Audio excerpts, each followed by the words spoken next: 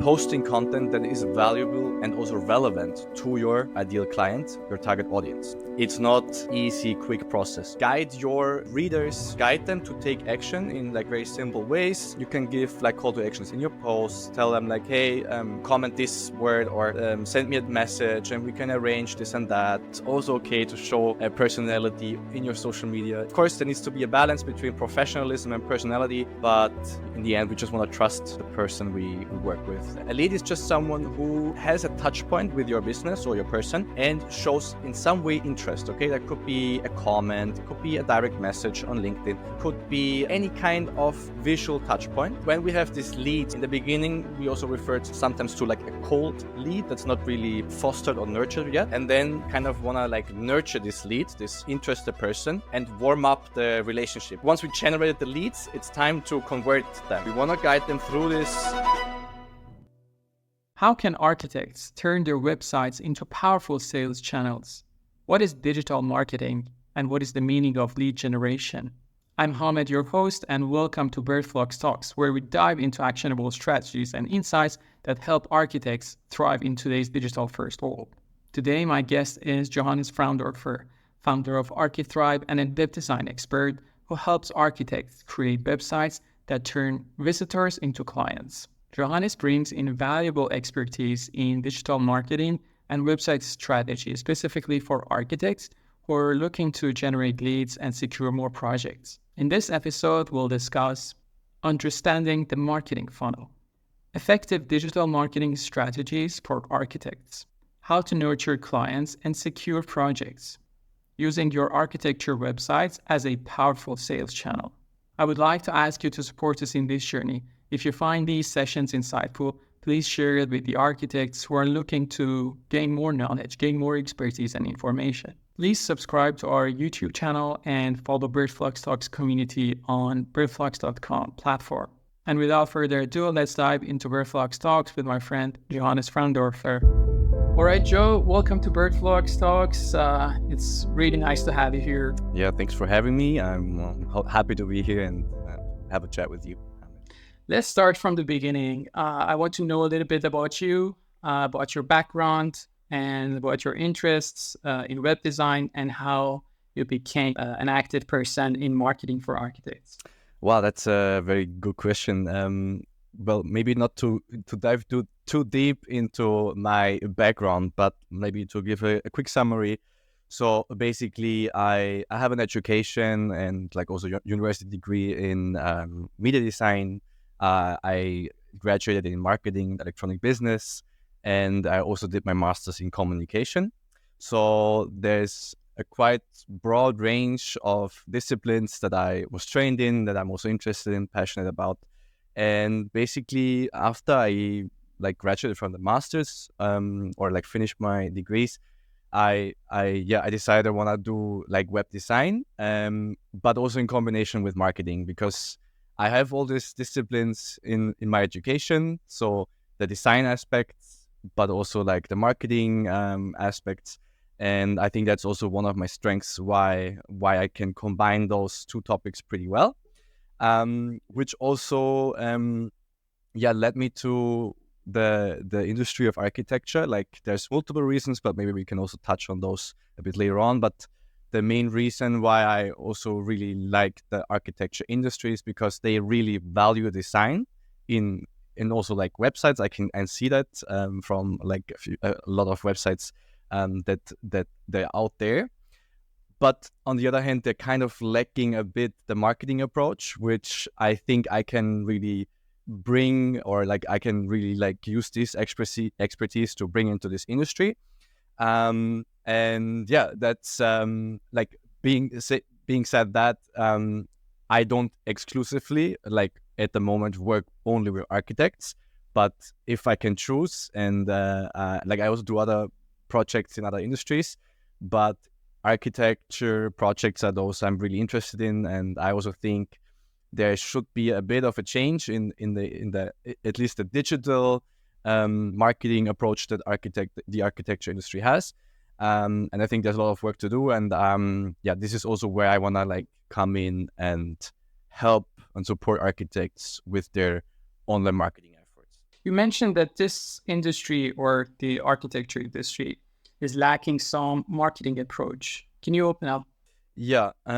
Well, I want to like also like differentiate between like marketing traditionally and also like a digital marketing. So, I mean, obviously, we see across a lot of industries like a very strong focus on digital marketing.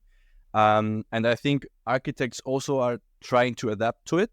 But when you compare like especially like websites, so that's my main focus as well.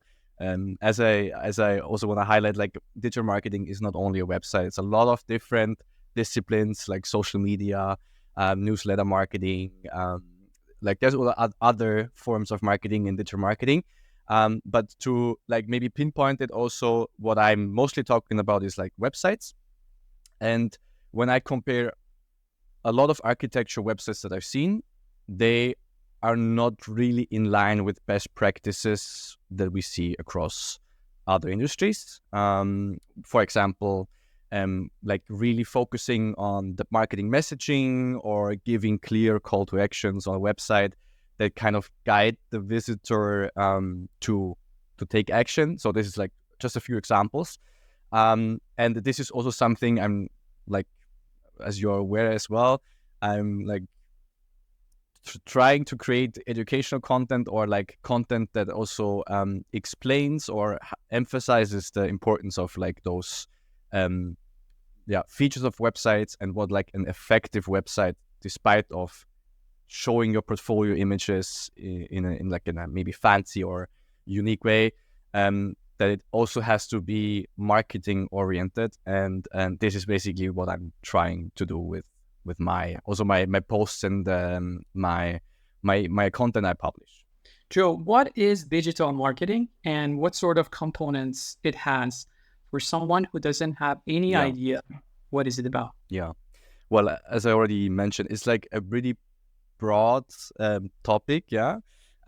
Maybe to give you a bit of an idea. So there is multiple aspects of digital marketing. For example, we have the website.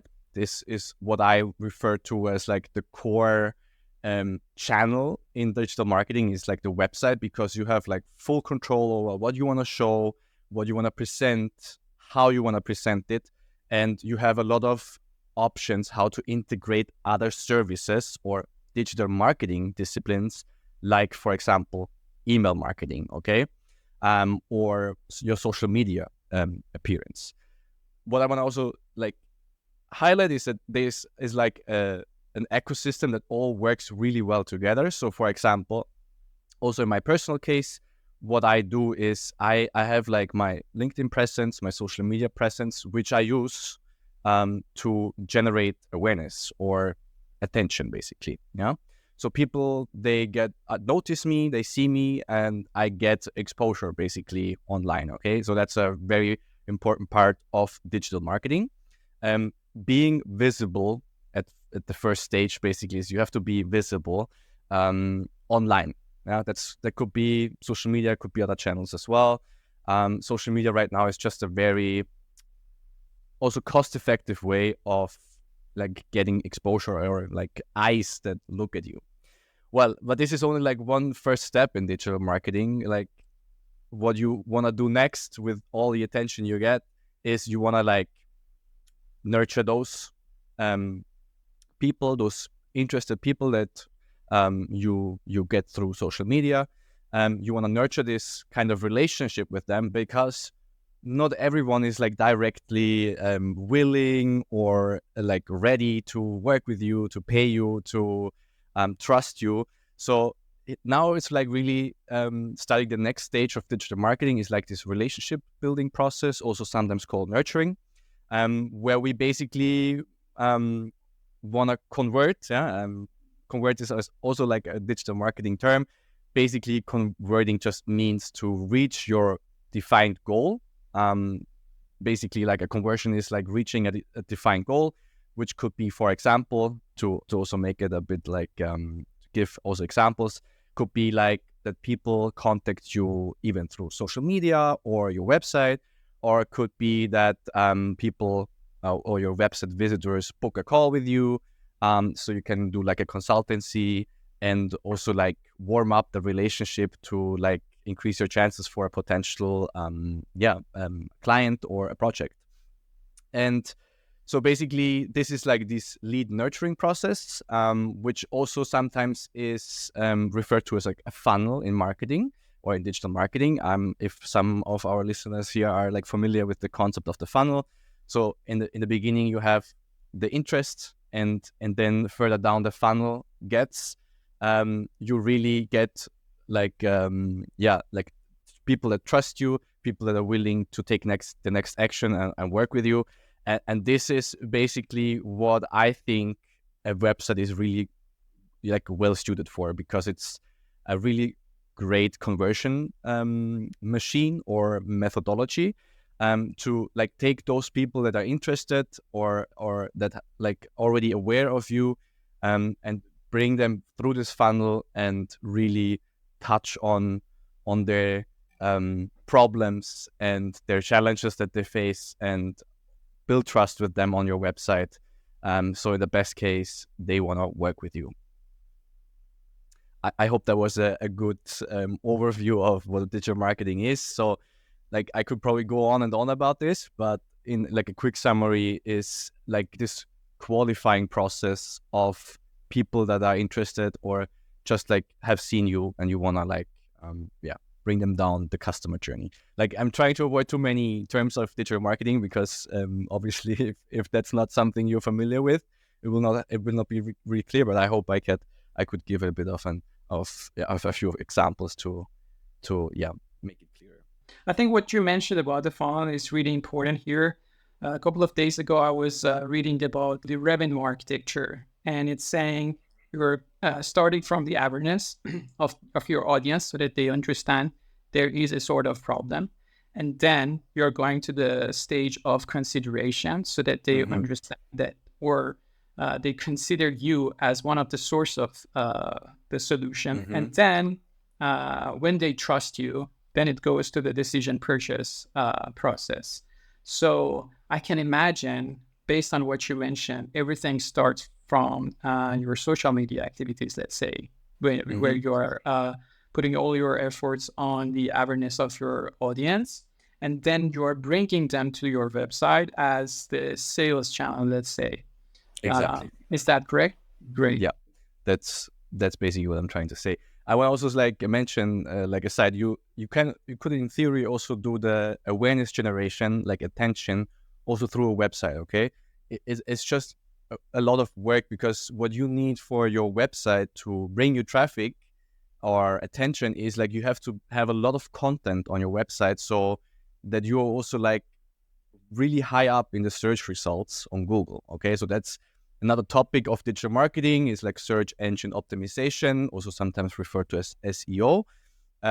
So like when we like just look at it from a cost efficiency point of view, not for every business probably, but for a lot of businesses, it really makes sense to shift the attention, the phase of generating awareness or attention to like social media, because it's just easier, and because everyone is already there, and it's like, especially on platforms like LinkedIn, where there's not a lot of people like posting content, you can really like with like less effort than what you would have to do with a website, like generate this attention. But yeah, just to mention, like you could also do it on the website. It's not, as you can see, like you could probably also do selling through social media, but in my opinion, it's not that effective. So there is multiple channels. How we use them and how we like choose them for our strategy can be different, because in the end they are just tools to reach our goals. But basically, like to sum it up, a website can also do the same as social media, but it always depends on the goals we have and the money and the budget we want to spend as well. Okay, let's go through them step by step. So let's start with the social media activities. So what is important to consider when you want to start, let's say, your marketing activities on LinkedIn or any other social channel? Well, so in my specific case, okay, maybe we can also relate that later on to architects. But what I'm trying to do myself is to provide like value for free. So I'm trying to talk about problems or maybe challenges of architects within their own digital presence that they might face, or that they might question, or that they may have questions about. And also, like, obviously not every architect or like firm or studio is aware also of maybe the problems they have on their website. So for me, it's about creating awareness for specific topics that I think are important or that could help architects, even if they're not aware of it. Then also topics that they might be aware of it, but don't know like how much or like how important it is, or to solve it, or to solve this problem themselves.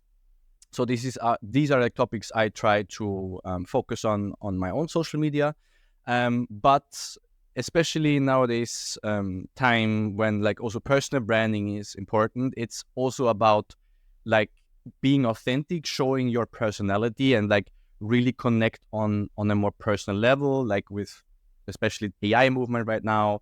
But in general, there's like a trend towards like personal content, personal branding, which really puts like into the focus more the person and the individual over like a company branding. Okay.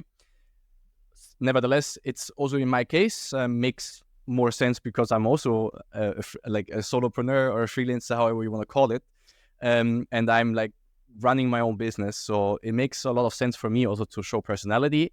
Obviously, you can still translate that to architecture studios, so sharing valuable findings for your potential clients, not only potential clients but also like your ideal clients, what maybe can also talk about later on. So sharing this value for free, like already creating value before people even like pay any money or anything. So like it's a more like also altruistic approach. So that's what I do right now. Also like share those findings and try to build a relationship through that. Also like through engaging in the comment section to be like really graspable and like also feel so that people also can feel like I'm in a conversation with them, and like I'm a human, right? And like this personal approach, because in the end, of course, we are businesses, but eventually, or in the end, we are also people that want to work with people. And this is also why you see right now on LinkedIn also like this trend to posting selfies and like this more personal approach, with some caveats, obviously. So I'm not a big advocate of just posting selfies, honestly. But mixing it in, showing some personality could, even for architecture firms, could be really valuable to like also level with your audience and be just more like increase this connection you can build with your audience. I believe there are so many things you have to consider before starting your marketing activities. So, for example, what is your mission, vision, target group, or target audience? Defining those things. Can you touch upon that? So that, for example, your audience can understand what they have to consider first and what they have to understand first before starting doing the marketing activities. Yeah. Well, it's a really great question. It's also something I talk about first in my LinkedIn like posts, and second of all also in the guide I created like a few weeks ago for architects. So basically, within also this guide that I offer also for free on my website is that touches also on the foundation or the fundamentals. If you want to like, especially when we like talk about websites, but also it's also applicable to other digital marketing efforts. So what I identify as the three most important, or like you can see also my fingers here, the three fundamental steps before like starting to design or like starting to write posts is like get really clear first of all on what is your target audience, or I refer to them as ideal clients. Okay, so the people you ideally want to work with, okay, like could be do it to their character traits, or how they just behave, or how they value your expertise, or how they value paying on time, and those kind of things. So more like interpersonal um, like attributes or interpersonal aspects of your target audience, but could also be the type of projects they want to work on. Okay, so getting your the target group right, like having a really clear image of who you're talking to, so you can like really build this authentic relationship with them as well. Because if you're not clear on who you're talking to, you're not really talking to anyone. So this is a one major first step. The second major first, or the second major fundamental or foundation, let's call it foundation, is knowing or being knowing your goal. So what is your goal of your social media presence? What is your goal of your website? So when we relate it back to the website, your goal could be very different depending on what you're trying to achieve. It could be your main goal could be that people reach out to you. They send you an email because that's what you prefer. You like writing or like having all your communication through emails, because also from the past you feel like this is like what your clients feel the most comfortable with, what you feel the most comfortable with. However, you could also have a different goal, like I want that people sign up to my newsletter or download this free resource so I can collect also their email address so I can stay in touch with them later on, which again is part of the nurturing process that we talked about earlier. So of course you have multiple touch points with people, but not at the same time, or not all of them will be ready to work with you. So you want to really stay in there. You want to be like stay top of mind. You want to like build this relationship long term, and maybe at some point later on they are like ready to work with you. So this is the second foundation, is knowing your goal, what you want to achieve, and then really optimizing all your efforts towards this goal. That could be like, in most cases, you would like to use something like a call to action.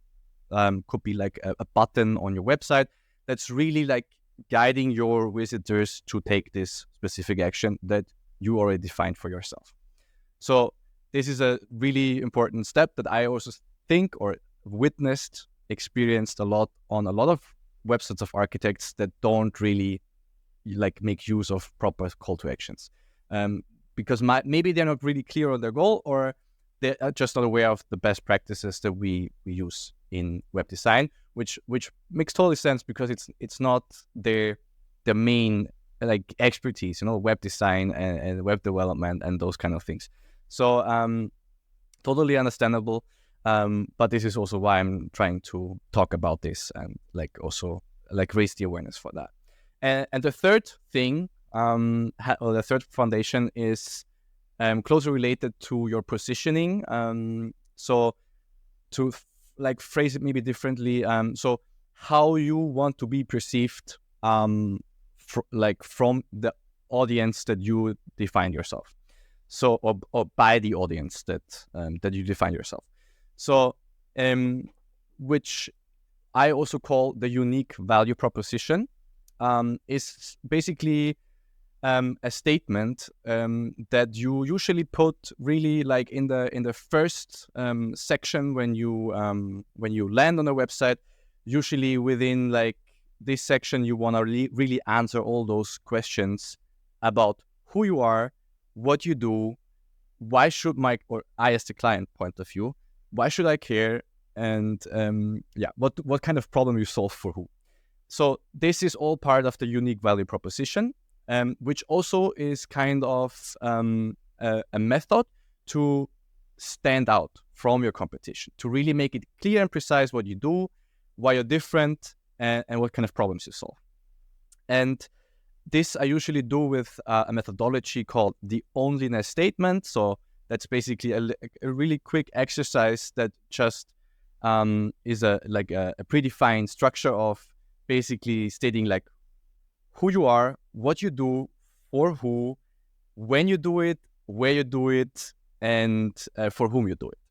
And from my experience with working with clients is that it sounds simple, but a lot of businesses don't really know this about their own business, like what they are doing, or they cannot really put it in easy words. So I really like this exercise to get a clear idea about this also internally, because it's a really important part of your messaging and what you communicate like to your target audience. So without getting too deep into this, so maybe like summarize it real quick: know your target audience, know your goal, and know your unique selling proposition. What is the value of brand identity and, let's say, the design system? Because when you're a UX designer, I think you know a lot about that and the value that it can have on your, for example, website, everything that you're doing, so that you can have the consistency not only on your website, but also in connection with the marketing activities that you have. So like branding has been like more of a buzzword lately, I think, like not lately, maybe a few years, like it's been becoming more important. Also, like I mentioned personal branding before, but actually branding was already around like for a lot of time. Like maybe it was called a bit differently before, like corporate identity, corporate design, which now is kind of shifting to this branding terminology. But basically it's all around us all the time. Like we have brands in our life all the time, and the core of branding is not really how it looks or what you can see. It's more like of this feeling that you transport through your design activities, basically. Okay, so for example, we all know Coca-Cola, right? They do a great job with branding, and it's like you see it everywhere, but it's also like Coca-Cola transports this immediate emotion with it. It's like this refreshment and joy that they also communicate verbally or in their marketing messages. But basically, every company has branding, and just some do it like maybe not that well, and some do it better. And it's all about being memorized, being authentic, being and transporting the feelings that you want your customers to associate with you, your company, or your person. So it's a really important topic right now, especially because we're like in this economy of attention. Yeah, so like we are all fighting for like time of our eyes and mind that we can project on specific content, and so we are like fighting for our customers' attention. And branding is like a really important building block of this, because it's making you it's making you memorizable.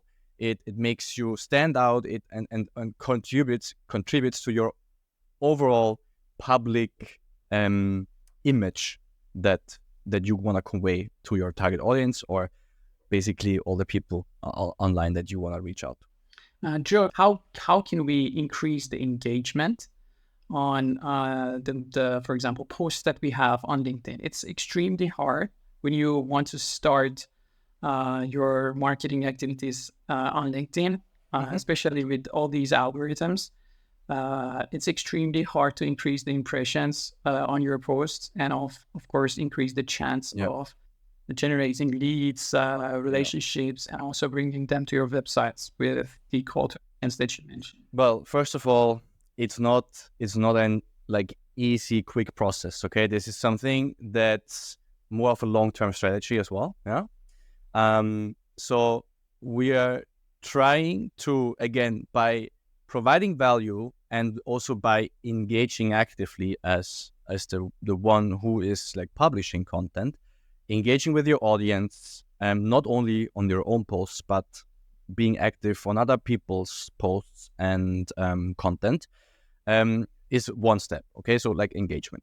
Second of all is posting content that is valuable and also relevant to your ideal client, your target audience. Okay, so obviously in the beginning you will need time to grow this. It's not gonna happen like from one month to the other. It's a gradual process that needs a lot of work and effort as well. But also the good thing, to not focus also on only on the bad things, is especially on LinkedIn, which is like also, as I mentioned before, a platform where it's in comparison to like Instagram, Facebook, it's comparatively really easy to grow, because not as many people, I think it's like 1% of people that are active on LinkedIn are publishing content. So by just publishing content, you are already like you have a higher chance on LinkedIn to grow organically than on other platforms. So that's at least a good thing. But nevertheless, it's a gradual process. You need time and also dedication to do that and to grow an audience. Yeah? If it was that easy, like everyone would do it, obviously. So it's hard work. It's a long-term commitment, but it can pay off in the end. Yeah. So by providing valuable content, people will automatically show interest with you. That's also what I like witness right now with my content right now, is like, because I just recently published also my new website with this guide I'm offering, and I really can see like how much it changed from what I'm sharing publicly and the value I'm sharing, like how much response I get from that. So it really works if you can provide value and relevant topics that your target audience is interested in, and then making use of those best practices, as I said before, call to actions, like guide your readers, the people that see your posts, guide them to take action in like very simple ways. Also on social media, right? Not only on the website. It's like you can give like call to actions in your posts. Tell them like, hey, comment me or comment this word, or send me a message and we can arrange this and that. Or I send you a guide or like some resource that you could be interested in that will help you. And this way you really first off grow trust and also not authenticity, authority. Yeah.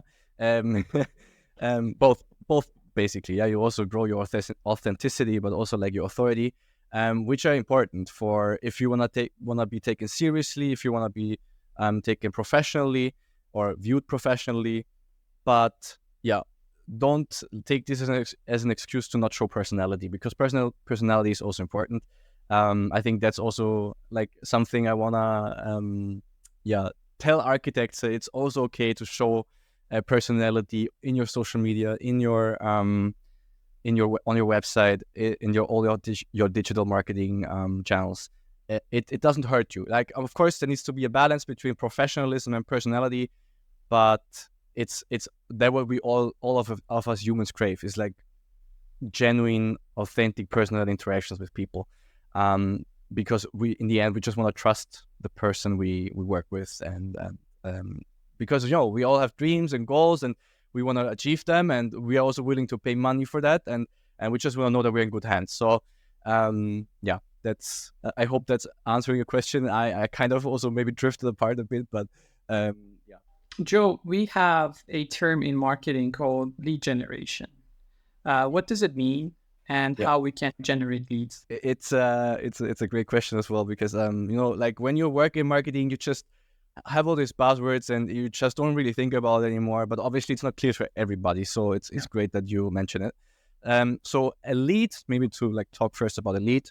A lead is just someone who has a touch point with your business or your person and shows in some way interest. Okay, that could be a comment, could be a direct message on LinkedIn, could be an email, or like any kind of visual touch point. Yeah, of course, like if we don't see it, there could be touch points, but if we don't see it and we're not aware of it, we don't know. And when we have this lead, so we're like again in this very top phase of the funnel where we just talk about attention. So people saw what you published or what you posted, and they show interest. So that's basically the starting point of any customer journey, client journey. As again, I'm using a marketing term here, but I hope it's clear. And then how we want to generate leads again is by providing valuable content or resources that so people take the action of showing interest publicly. And then like lead generation is just the first step, but then we kind of want to like nurture this lead, this interested person, and warm up the relationship. Like in the beginning, we also refer to sometimes to like a cold lead, like a very cold relationship that's not really fostered or nurtured yet. And then we kind of, through all our marketing efforts, through our touch points that we have throughout maybe weeks or months, we want to warm up this relationship we have with our visitors or like people that see our content on social media. So then we like, once we generated the lead, it's time to convert them. Okay, so that's like the next step. We want to guide them through this funnel and warm up the relationship, make them more familiar with us or make us more familiar with them, and build this trust and show that we can like solve the problem. And then in the best case is obviously it's just a small percentage of people that view our content is willing to really take the step and take action and really work with us. And this is like this. So from lead generation to lead nurturing to like converting those leads into clients. So like quickly summarized, okay? Because I mean, there's a lot of dimensions to that, but like I think in a quite schematic view, this is how you can see it. And yeah, it's not only about obviously creating, or every lead that we have is not automatically a good fit for us as well, right? So we have different expectations for budgets, for maybe scope of projects, for maybe the deadlines, for the timeline that we have. So within this nurturing process of our leads, of our interested people, we also want to qualify them for us. So we know, okay, this is really the person that I want to work with, or like I believe in this project. And to also like, so you can also design the kind of business and work you want to have, okay? And this is where like especially websites and social media come in really handy, or like really effective, because they give you the opportunity to, well, in the best case, choose, but also like to just also shape the messaging and your goals in a way that you can really work with those people that you want to work with, or on those projects you want to work on. We talked about, I think, two sections of the funnel that you mentioned for the awareness, consideration, and now we want to go to the final stage, which is the sales part. Mm-hmm. You mentioned website as a main sales channel. Yes. So what are the important things you have to consider on your website? Yeah. And I think before that, we can also talk about the ArchiThrive, so that you also talk about your mission, because I think this is the best part. You can connect everything together. Well, okay, like to again bring back into memory, getting the foundation right, okay? Getting your goals right, getting your ideal clients right, and then also like your unique selling proposition or unique value proposition, it's also sometimes called. So this is the foundation. And then on a website, obviously there's a lot of best practices across industries that is, that just work, okay? That's like what we mentioned before, a call to action. But when I also think about my own website, the ArchiThrive studio, basically, that I launched like a month ago, is we really want to focus on a few things when we talk to our visitors, our ideal clients, okay? So first of all, we don't make it about us, we make it about our clients. And we do that by telling them, okay, I understand the problem that you have. I know how you can reach this goal, and I can help you to do that in like in a nutshell, right? So how I usually structure my own websites and also the websites I create for clients is have the message really clear so the hero section is the first thing we see on a website. It's like really important to get this one right. We want to really answer the questions. Who are we? Yeah? What do we do? Like, I'm repeating myself, but I think it's important. Who are we? What do we do? And for who do we do it? And how do we solve it? So our visitors already know, okay, this is relevant to me. This is just the first section called the hero section. It's, or above the fold sometimes it's called, like as an analogy to newspaper back then in the days. So the first page you see. And then when we scroll down, we like really want to like touch on the pain points or problems, challenges that our customers or ideal clients go through or that they might have. So we can show them that we understand what their problem is, and we also know how we can solve it. So first of all, we need to communicate, okay, this is the problems to face, but wouldn't it be nice like if it could be different, okay? And then we kind of highlight the transformation we can do for our customers, like how the journey looks. So eventually we arrive at the point that they're looking for. Yeah? This is not an easy task, obviously. Yeah. For this, you really need to know your audience, their problems, and all those things. But again, to even being able to solve these issues or problems, you need to first know who you're even talking to, or whose problems you are willing, or whose problems you want to solve. So showing the problem, showing the transformation process, giving, also very important, building trust with your audience is by either showing testimonials of past clients you had that are like willing to publicly recommend you, that are willingly stating that like you did a great job and like giving you this credibility. Yeah. Could also be like, it's called trust indicator. So a testimonial could be a trust indicator. It could also be like, like architecture publishers, for example, like the Scene or something like that, like taking those logos of very well-known publishers or communities in your industry that convey another level of trust, that also like advocate for you. Obviously, just don't put any logos there. Like it should be like somehow also like relevant to what you actually did. So be honest about it. Obviously, like authentic.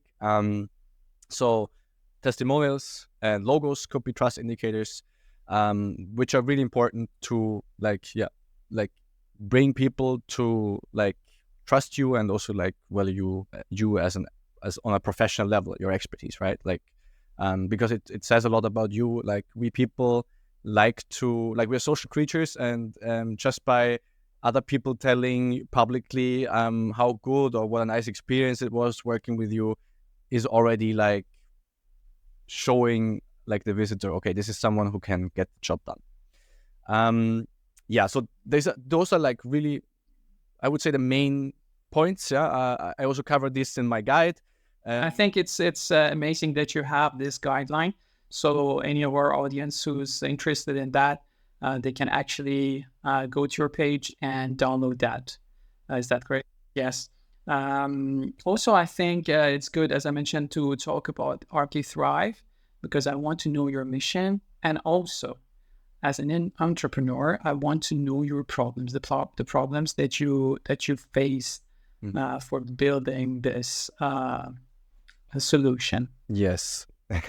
Well, I have a few points about that actually. So my goal, mission, or vision is to help architects create better websites. Okay, so websites that are actually effective, that really help them talk to the right audience, achieve the right projects and work with the right clients they want to work with. Okay, because from the majority of websites I've seen of architects is that they are not optimized for this. They have, a lot of them have websites, but it's more of like showing a portfolio, showing images, more like a design focus than a marketing focus. And I think my main mission is also to bring the marketing aspect into websites of architects that are effective and that help them like work on the projects. So help them communicate the messages they want, or their unique selling proposition, and then by doing this, getting their ideal clients and the ideal projects that they can work on and with. Because a website is more than just a portfolio. Yeah, it's a sales channel, and for it to be an effective sales channel, there are specific things we have to consider and to implement. And this is just something, a kind of lack I'm seeing at the moment in the architecture industry, especially the digital marketing area. And this is basically what I'm trying to do for architects. Yeah. And regarding the problems I face is, well, I think a lot of architects are not aware of this. Yeah. They don't really, associate a lot of problems with like this website thing, because I think a lot of them still get like a lot of their clients from referrals. But I think it's because they just lack an alternative or another way of doing that. And I also don't want to say that they are like they're excluding each other. I think they can be very like complementary, like having a sales channel that's offline. Yeah, you have referrals, you have word of mouth, super important. I don't want to like make this channel like worse or like discredit this channel, because I think it's valuable. It's for a lot of architects probably a very important channel. But on the other hand, I think we need to also start in the industry with like, like revolutionizing, well, not revolutionizing, but like going with the digital marketing movement and trying to create websites that help you really achieve those goals. Like, as I said, finding the ideal client and the ideal projects you want to work on. So this is like a problem I face, that I think the awareness is not yet there. I mean, I have also conversations with architects, or I've seen also websites that are really doing great. So I know it's not everyone, obviously, but it's a general theme. That's what I realize. Also, like as maybe as an analogy, like what Henry Ford also said. If people ask me what they wanted, like faster horses, because they're just not aware that like of the possibilities there are. And in the same way, I think an effective website can really be this next step for architects to also like thrive online, not only offline. But of course, it's a lot of time investment as well. It's not like I create a website, it's magically like generating all these clients. Yeah, it's not like easy as that. Because it's like an ecosystem, the digital marketing space. But yeah, building this slowly, long-term, it's like a long-term strategy as well, to be just also less dependent on word of mouth referrals. You mentioned now the digital marketing movement. So what do you see as the future of digital marketing in the architecture industry? Well, I think when I just compare it to other industries, I think the trend, or like everything is moving more digitally. Yeah. And it's not only about moving into the digital space, it's also about adapting and creating like things and channels that work. Yeah. It's not enough to just like have a website out there that's like maybe showing a few pictures of your projects. It's really about taking what works across other industries and also apply it to the architecture industry. Of course, every industry is a bit different, and like design plays a vital role in architecture. That's also why I personally like the architecture industry, because I really like to blend great design with like marketing, because I think design without marketing is just not as effective. So it just takes both. And so to sum it up, I think to move just more towards best practices and a more marketing-oriented approach within the architecture industry, I think this is not only a digital problem, probably also offline a bit of a problem in the industry, because a lot of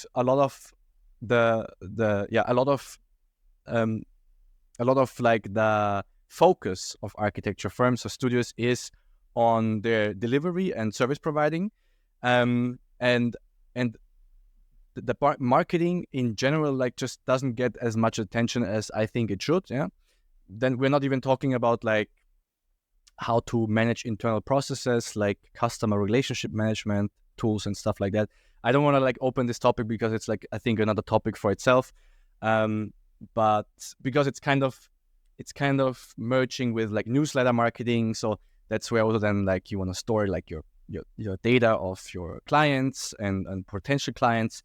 So you need a database for that. So as I say, it's all connected, and I think this is something where the architecture industry also should move towards, or like, yeah, if they want to also like thrive online, yeah? Because I think right now there is a lot of potential that is lost, yeah, or that's not taken yet. And but on the other hand, I also like just yesterday, I think I talked to a guy on LinkedIn who like sent me his website that he just like recreated, or like like with a designer implemented a new website for his studio in the UK, and this was a really good website. So I see I hope, yeah, I don't want to dramatize it too much, but I see like some positive like movements, or like some positive actions happening already. So yeah, I hope that sums up my future idea of where architecture wants to or should go. For sure.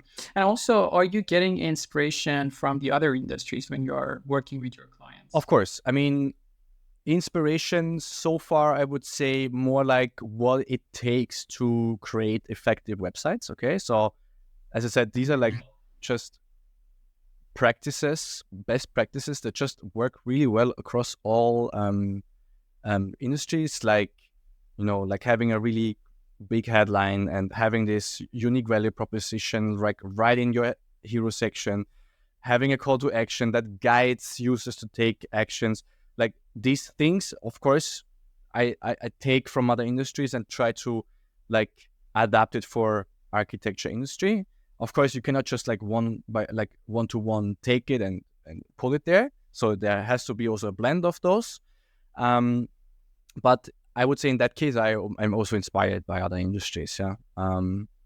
Of course, architecture has their own problems and solutions to be figured out. Yeah, it's not as like just copying from every other industry, because like obviously architecture has a greater focus on design.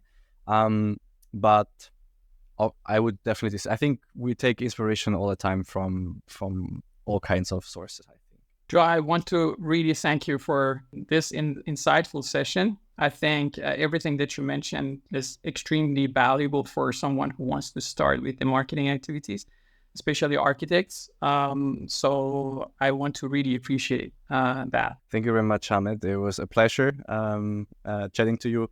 It's always nice, if I can a bit share also in more depth than I do on social media, because obviously social media is like a different format. So it's also been my first podcast, by the way. So I really enjoyed it, honestly, or that I have been invited to a podcast. I also don't do my like own podcast, so it's been really like my first session. Also talking like on a stream or like in a podcast. So really appreciate it. Thanks also for reaching out and getting me here to talk about these things. And yeah, I'm very happy and I appreciate it as well. It was an absolute pleasure for me. Do you have any final message for our audience? Well, maybe in case you're interested in how you can improve your own websites, as I mentioned now multiple times, I think throughout this conversation, is you can check out my website. It's ArchiThrive.studio. You can see like you find the button right in the first section. And you can go download the guide for free. It will teach you quite a bit about how you can improve or make your website more effective. That's all for free. And in case you want more help, or you like looking for a designer or someone who can create a website for you, like feel free to reach out through LinkedIn or like my name you can see right here, or on my website. You have also like multiple options or possibilities to contact me. So the offer is out there, and I'm also happy to if you want to reach out or just have a chat with me. So thanks again, Joe, and thanks for being part of Birdflocks Talks. Thanks, Sam, and it was a pleasure.